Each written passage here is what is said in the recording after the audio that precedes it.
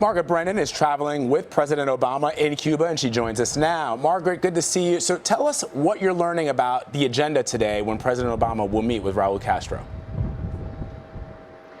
Well, Raul Castro will give the official Cuban government welcome to President Obama later today. They will have a closed-door bilateral meeting to hammer out some of these really difficult issues still outstanding between the U.S. and Cuba after decades of estrangement. Now, we know President Obama will press him on trying to open up, give more human rights, grant them and protect them to activists. He'll also try to say, listen, more financial ties between our two countries is good not just for the Cuban people, but for the future of the Cuban economy. So that's really the big message President Obama is bringing here, and he'll end the day at a beer summit, so to speak. He's going to go to an entrepreneurship summit that's being held at a beer factory here in Havana, where Cuban business leaders and American business leaders, including some very big-name CEOs, will be sitting down to talk about how the two countries can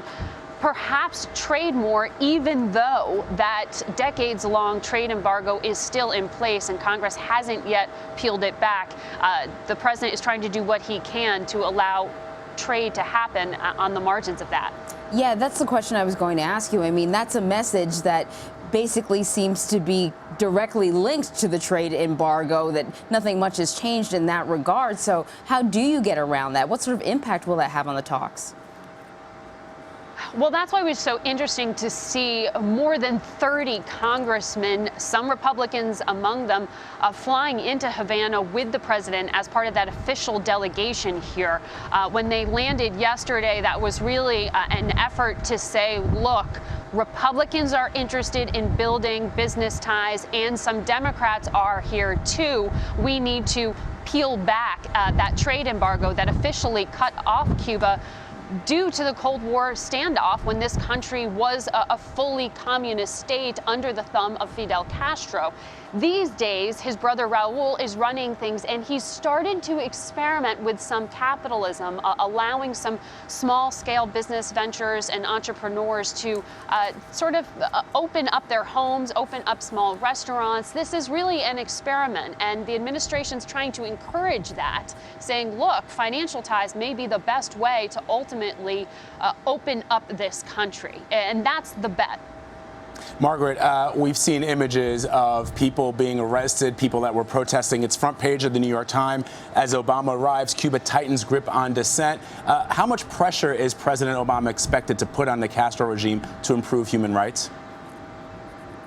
Well, look, none of these big outstanding issues are going to be settled in this, 2.5-day visit here. But what the president will do is press Raul Castro, saying, look, you need to grant more human rights, more freedom, and even if you don't grant it, people are going to demand it as this country gets more access through communication, through internet, and through trade, saying, look, it's going to come in the back door if you don't allow it to come in the front door, so you need to catch up with things. But as you can see, not everything has changed. Just look at that crackdown that happened on protesters hours before President Obama's plane touched down. So this is really pressure from the inside and pressure from the outside for the Castro government. And people are really frustrated here. Cubans are, by that trade embargo that the U.S. has kept on it, which the Cuban government has long blamed for its economic problems, but they're also frustrated that change isn't coming quickly enough.